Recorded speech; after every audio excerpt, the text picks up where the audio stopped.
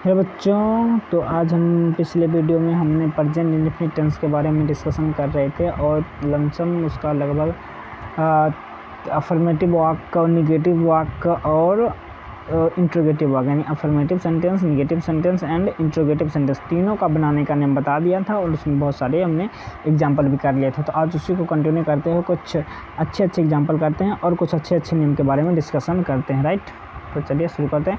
सबसे पहले देखिए हम कुछ अच्छे नियम दा का प्रयोग को जान लेते हैं। इसमें दा का प्रयोग क्या होता है, जैसे दो वाक्य लेते हैं यहाँ पर, जैसे कुत्ता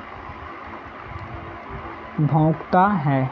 राइट, क्या है, कुत्ता भौंकता है। उसके बाद एक है कुत्ते भौंकते हैं। तो यहाँ पर देख लीजिए, ये भौंकने की जो क्रिया है, ये जो कुत्ता है ये भौंकता है, इसका मतलब ये सारा कुत्ता भौंकता है। और ये कुत्ता क्या कर रहा है, पूरा जाति का बोध करा रहा है। अगर कुत्ता भौंकता है तो ये सब कुत्ता भौंकता है। इस कुत्ता से क्या हो रहा है, पूरा जाति का बोध हो रहा है, क्योंकि भौंकने का काम क्या रहा है, पूरा सारा कुत्ता करता है। तो ये कुत्ता क्या कर रहा है, पूरा जाति का बोध करा रहा है। इसका बनाने के लिए हमको बनाना है द डॉग बार्क्स। भौंकना का क्या होता है, बार्क होता है। और इसमें ये कुत्ता क्या, एक बच्चे में एक नाउन है, इसलिए हमने इसमें एस लगा दिया। किसमें, नाउन में। अब देखिए, सॉरी नाउन में नहीं, वर्ब में। उसके बाद है कुत्ते भौंकते हैं। कुत्ते का क्या लगाना है, डॉग्स बार्क। अब देखिए यहाँ एक से अधिक नाउन है, ये डॉग क्या है, प्लूरल नाउन है, यानी प्लूरल में एक से ज़्यादा नाउन है, इसलिए यहाँ पर एस या एस बिल्कुल नहीं लगाएंगे। क्या लगाएंगे, डॉग्स बार्क। अब भैया बोल रहे यहाँ पर दा लगाए, यहाँ पर दा नहीं लगाए। तो देखो नियम होता है, एक नियम होता है कि सिंगुलर काउंटेबल नाउन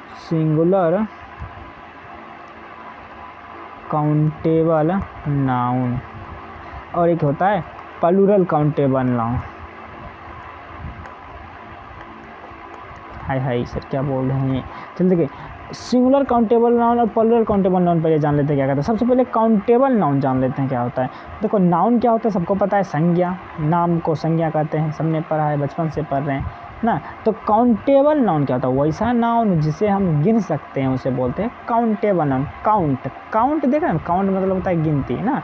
काउंटिंग मतलब काउंट मतलब होता है गिनना, काउंटिंग मतलब है गिनती। राइट, तो काउंटेबल वैसा नाउन जिसे हम काउंटेबल, जो गिनने लायक हो यानी जिसे गिन सकते हैं उसे को बोलते हैं काउंटेबल नाउन। जैसे हो गया गाड़ी ना, जैसे हो गया लड़का क्या है, काउंटेबल नाउन है, क्योंकि हम लड़का को गिन सकते हैं, एक लड़का, दो लड़का, तीन लड़का। राइट, अब यहाँ पर देखिए सिंगुलर और प्लूरल क्या होता है। सिंगुलर मतलब होता है एक वचन, सिंगुलर का हिंदी क्या होता है, एक वचन। जैसे बोले लड़का, तो लड़का क्या हुआ, सिंगुलर हुआ। वहीं पे बोल दिया लड़के क्या हो गया, प्लूरल हो गया। और लड़के को गिना जा सकता है, इसलिए बोलेंगे प्लूरल काउंटेबल नाउन। लेकिन सिंगुलर काउंटेबल नाउन यानी एक वचन में जब होगा, एक लड़का बोले तो एक वचन हुआ, इसलिए उसे बोलेंगे ए सिंगुलर काउंटेबल नाउन। जैसे यहाँ पर एक कुत्ता क्या है, सिंगुलर काउंटेबल नाउन। यहाँ पर कुत्ते क्या है, प्लूरल काउंटेबल नाउन। राइट, तो यहाँ पर देखिए कहने, ये जो नियम है दा वाला नियम कहता है कि यदि सिंगुलर काउंटेबल नाउन से पूरे जाति का बोध हो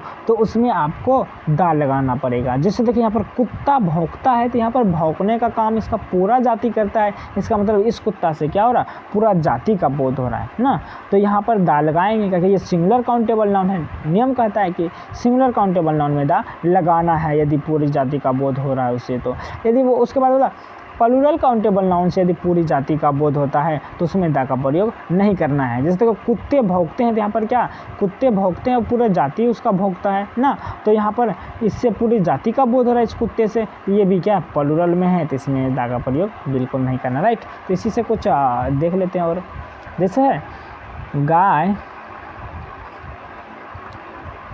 दूध देती है, गाय दूध देती है, तो यहाँ पर क्या लगाएं। और एक हो सकता है गायें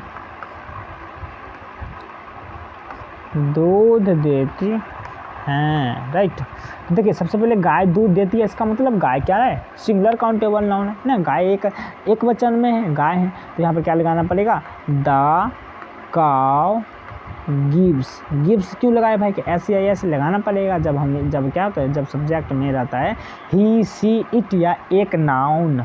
यहाँ पर गाय क्या है, एक नाउन है, सिंगुलर काउंटेबल नाउन है, तो द लग गया इसके पीछे। और गिव्स उसके बाद दूध का मिल्क। राइट, उसके बाद है गायें दूध देती है, गाय क्या है, प्लूरल में है तो दा लगाएंगे? बिल्कुल नहीं लगाएंगे दा। तो यहाँ पर क्या लगाना पड़ेगा? सिर्फ काउज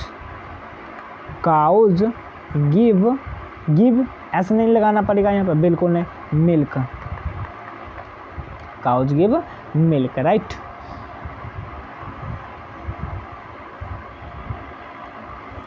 अब जैसे चिड़िया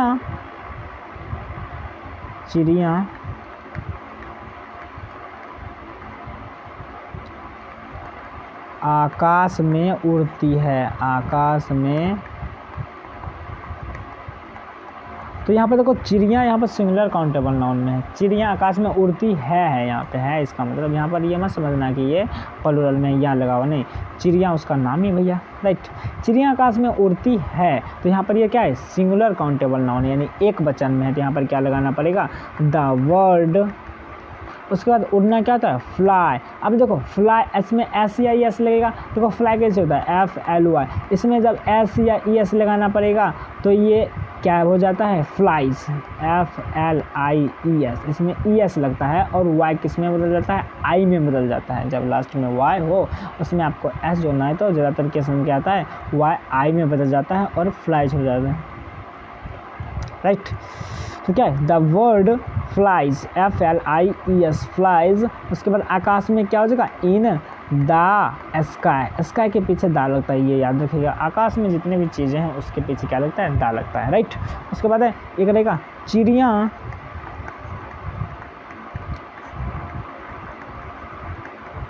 आकाश में उड़ती हैं, यहाँ पर क्या करेगा? हैं, इसका मतलब क्या हुआ? चिड़िया बहुवचन में चला गया, यानी प्लूरल नंबर में चला गया, प्लूरल नंबर में चला गया, तो यहाँ पर चिड़िया के पीछे दा का प्रयोग नहीं होगा, राइट। तो यहाँ पर क्या हो जाएगा? Words fly. यहाँ पर देखो एस या एस नहीं लगाए ना, ये डी है, राइट। क्यों नहीं लगाए? क्या कि देखो यहाँ पर क्या वर्ड क्या बहुवचन में है, राइट। तो words fly in the sky, right. तो कुछ और एग्जाम्पल सब दिखाइए ना, तो लीजिए ना, देखिए ना, जैसे कुत्ते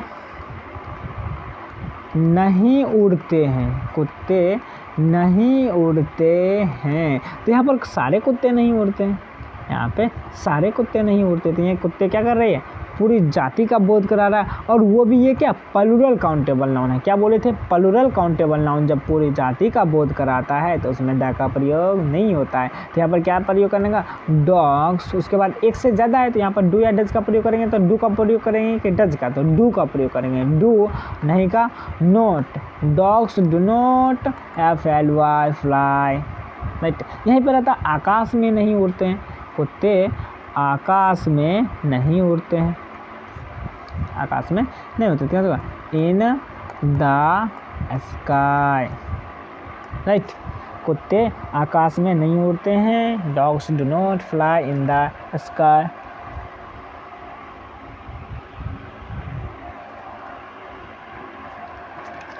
जैसे कुछ और ले लेता है, जैसे हरी सच नहीं बोलता है, क्या है? हरी सच नहीं बोलता है, तो हरी है तो भाई सच कैसे बोलेगा? सच नहीं बोलता है,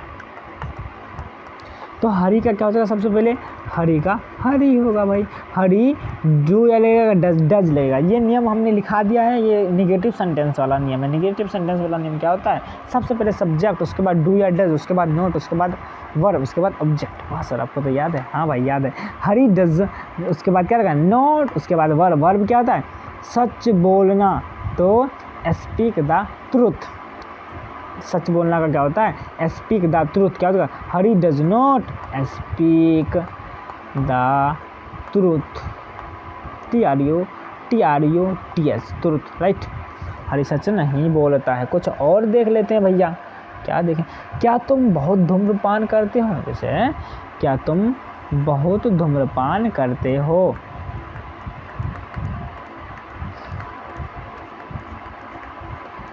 क्या तुम बहुत धूम्रपान करते हो,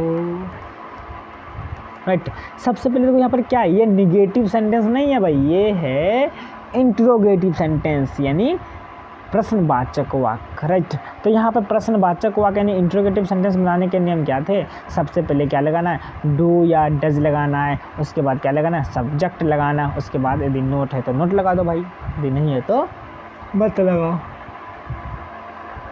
हो थोड़ी सा नींद आ रहा है सर? नहीं नींद नहीं आ रहा। चलो क्या तुम हो गया ये निगेटिव क्या इंट्रोगेटिव सेंटेंस है तो डू या डज, उसके बाद सब्जेक्ट, उसके बाद नोट है तो नोट लगा दो, उसके बाद क्या लगाना है? वर्ब लगाना है, उसके बाद ऑब्जेक्ट देना, right.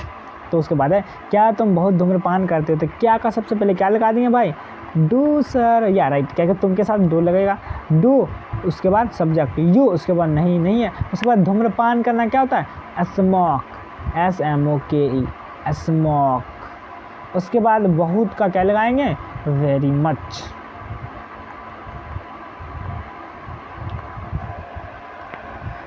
Do you smoke very much. और लास्ट में क्या लगाना? प्रश्नवाचक चिन्ह, राइट। तो अब हम चलते हैं आगे। अरे भाई ना, क्या मजाक कर रहा है? क्या तुम्हारे पिताजी रामायण और गीता पढ़ते हैं?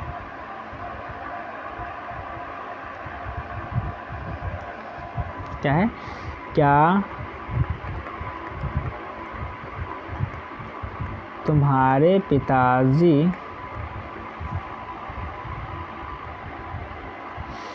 पिताजी रामायण और Gita, Ramayan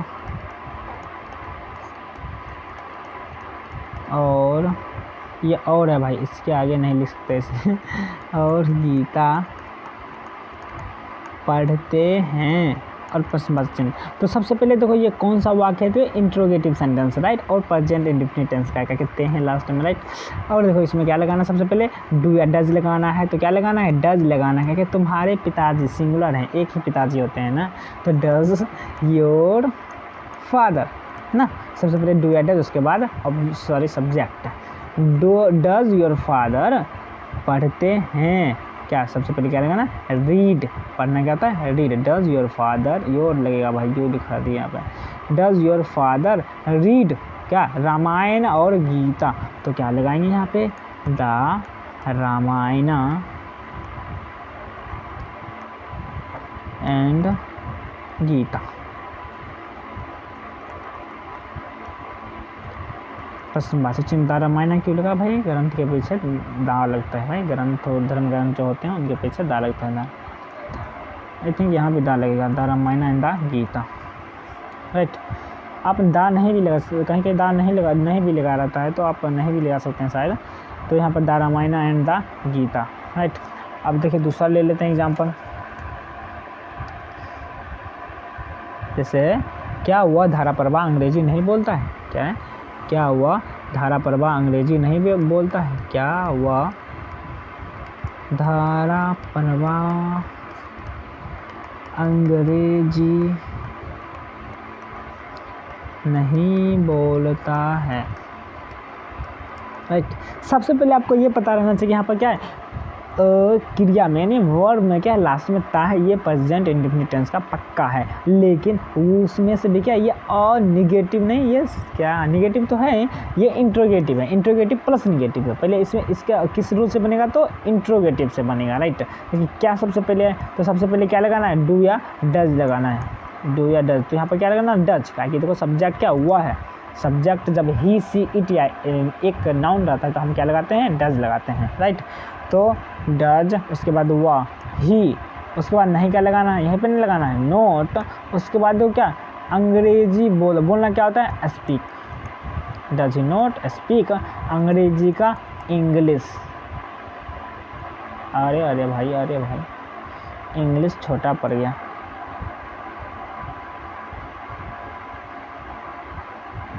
he does he note speak English, right, English. उसके बाद धारा प्रवाह क्या था? फ्लुएंटली, FLUENTLY, फ्लुएंटली और प्रश्नवाचक चिन्ह।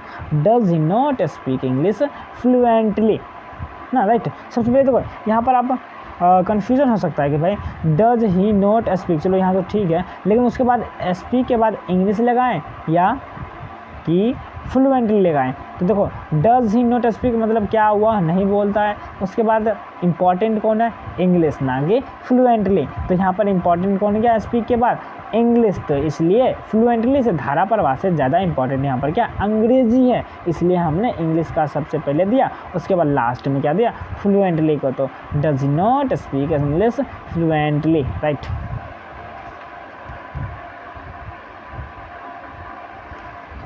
चलो उसके बाद है क्या वे लोग वहाँ फुटबॉल नहीं खेलते हैं, राइट। क्या वो लोग वहाँ फुटबॉल नहीं खेलते, ये किस नेम से बनेगा, तो निगेटिव सेंटेंस के, सॉरी निगेटिव नहीं, इंट्रोगेटिव सेंटेंस के नेम से बनेगा। उसका क्या नेम है भाई, सबसे पहले डू या डज लगाना, तो क्या लगाना है, डू लगाना है। कि देखो वे लोग है तो दे, डू दे, उसके बाद नहीं का नॉट, उसके बाद खेलना क्या हो जाएगा, कि उसके बाद वर्ब लगाते हैं तो प्ले, आपको पूरा रूल लिखाया गया, आप उसमें से देखें, डू दे नॉट प्ले, उसके बाद क्या, फुटबॉल। अब देखिए यहाँ पर एक कन्फ्यूज़न हो सकता है भाई, क्या कन्फ्यूज़न हो सकता है सर, देखो कन्फ्यूज़न क्या हो सकता है कि डू दे नॉट प्ले, उसके बाद भैया आप क्या बताएं सर, फुटबॉल का इंग्लिश दें कि वहाँ का इंग्लिश दें, राइट। तो यहाँ पर सबसे पहले एक दिमाग लगाना है, यहाँ पर क्रिया क्या है, फुटबॉल। तो क्रिया के लिए, सॉरी क्रिया तो फुटबॉल नहीं है, खेलना, तो क्रिया के लिए सबसे इम्पॉर्टेंट कौन है, फुटबॉल इम्पॉर्टेंट है ज़्यादा कि वहाँ इम्पॉर्टेंट है सबसे ज़्यादा, तो भैया कोई भी कहेगा फुटबॉल इम्पॉर्टेंट है ज़्यादा। लेकिन देखो खेलने का काम तो फुटबॉल से ही हो रहा है, यहाँ पर ज़्यादा निकट कौन है क्रिया का, फुटबॉल। तो यहाँ पर रहेगा भी कौन, पसंदीदा क्रिया का कौन है, फुटबॉल। तो यहाँ पर क्या देना पड़ेगा, फुटबॉल। सर फुटबॉल के पीछे दा लगा दे क्या, नहीं भाई, खेल के पीछे दा नहीं लगता है, चाहे फुटबॉल हो, चाहे क्रिकेट हो, चाहे वॉलीबॉल हो, चाहे टेनिस हो, राइट। तो क्या करना, आपको दा नहीं लगाना है फुटबॉल के पीछे। तो do they not play football, right. अब देखिए यहाँ पे और भी, अब उसके बाद वहाँ का क्या देना, देयर, राइट। अगर ये पे रहता क्या वे लोग स्कूल में फुटबॉल खेलते हैं, क्या वे लोग स्कूल में फुटबॉल खेलते हैं, राइट। तो यहाँ पर क्या लगाना, सबसे पहले डू लगाना है, उसके बाद क्या लगाना है, दे लगाना है, डू दे, उसके बाद क्या लगाना है, वर्ब लगाना, वर्ब क्या है, प्ले। पहले हमने डू लगा दिया, उसके बाद सब्जेक्ट लगा दिया, उसके बाद वर्ब लगा दिया, डू दे प्ले क्या, आप सबसे बताओ प्ले के लिए सबसे ज़्यादा इंपॉर्टेंट हो ना, फुटबॉल या स्कूल में, तो फुटबॉल। तो क्या, प्ले फुटबॉल, BALL, और यहाँ पर दाने लगाना है, फुटबॉल के पीछे दाने लगता है। डू दे प्ले मतलब फुटबॉल खेलने की बात हो रही है यहाँ पर, तो खेल के पीछे दा नहीं लगता है। डू दे प्ले फुटबॉल कहाँ पे, तो इन द स्कूल। अब भैया स्कूल के पीछे दा लगा दिए, बिल्कुल सही, स्कूल के पीछे इन के बाद ज़्यादा दा लगता है, और वो भी जब यहाँ पर स्कूल क्या है, खास स्कूल है, यहाँ पर जो क्या वे लोग स्कूल में फुटबॉल खेलते हैं, तो यहाँ पर जो बातें हो रही है तो स्कूल क्या यहाँ पे खास है, तो यहाँ पर do they play football in the school, right.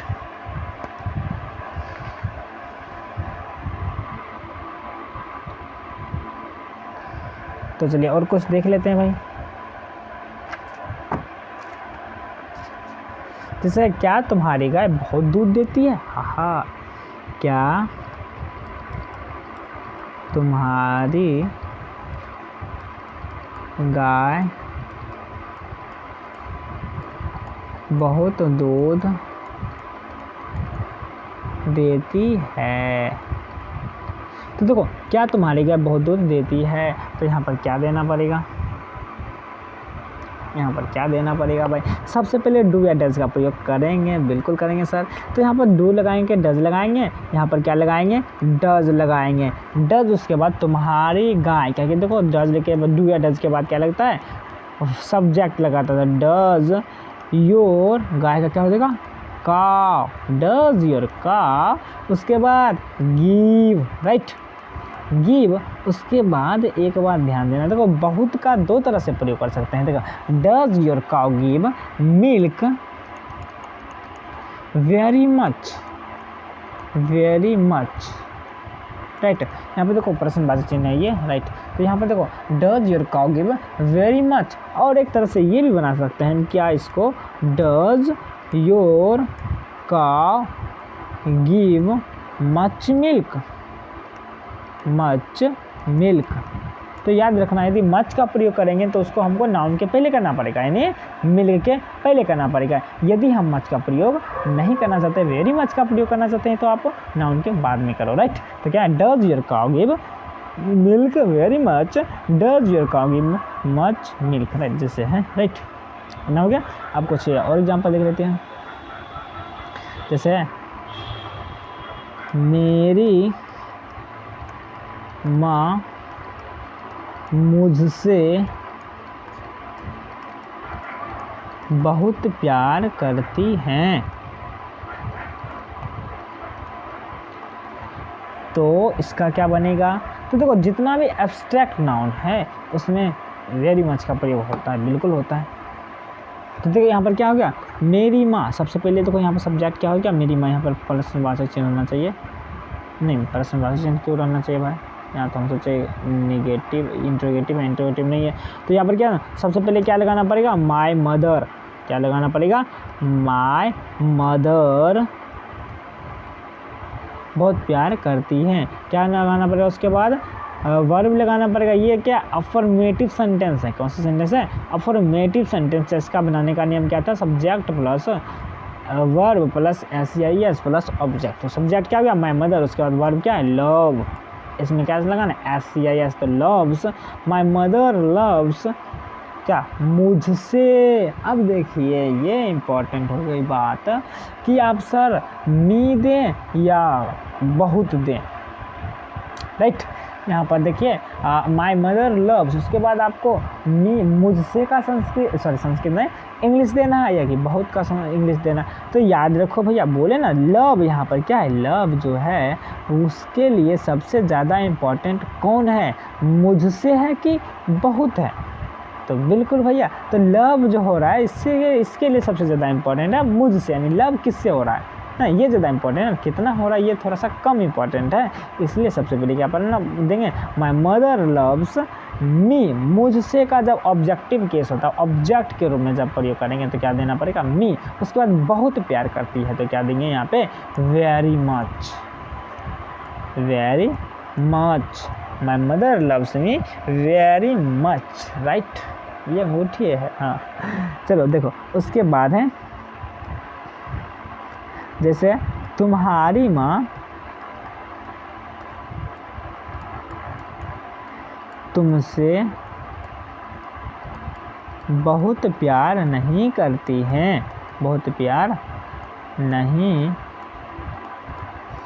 करती हैं, राइट। तो एक बात याद रखना, तुम्हारी माँ,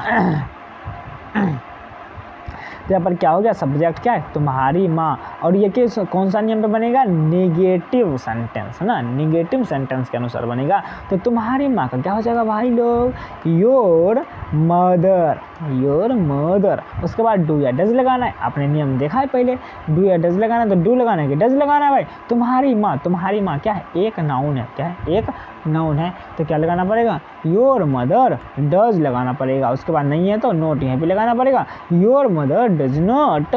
उसके बाद क्या, उसके बाद वर्ब क्या है, प्यार करना, तो love, your mother does not love. उसके बाद मुझसे है ज़्यादा इम्पोर्टेंट कि बहुत है ज़्यादा इम्पोर्टेंट, मुझसे, सॉरी तुमसे, मुझसे नहीं तुमसे। तो क्या अपन देंगे यहाँ पे, तुमसे का ऑब्जेक्टिव रूप होता है, जब ऑब्जेक्ट के रूप में तुम का प्रयोग क्या करते हैं, यू ही होता है। जैसे आई का क्या हो जाता था, मैं, यू का क्या रहता है, ऑब्जेक्ट के रूप में यू ही रहता है, क्या हो जाएगा, your mother does not love you, love you, और उसका बहुत का वेरी मच,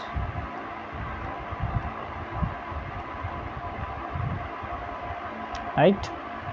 अब देखो मच का प्रयोग लव के पहले कर सकते हैं यहाँ पे, does not much love you, लेकिन ये ज़्यादा अच्छा लग रहा है। तो your mother does not love you very much, right. तो इतना ही रहने देते हैं इस सेशन में। हैं और कुछ हमको लगता नहीं है इम्पोर्टेंट। अब दूसरा सेशन में हम क्या करेंगे, इसका हम हिंदी देंगे, सॉरी इंग्लिश देंगे, उसका आपको हिंदी करना है, राइट।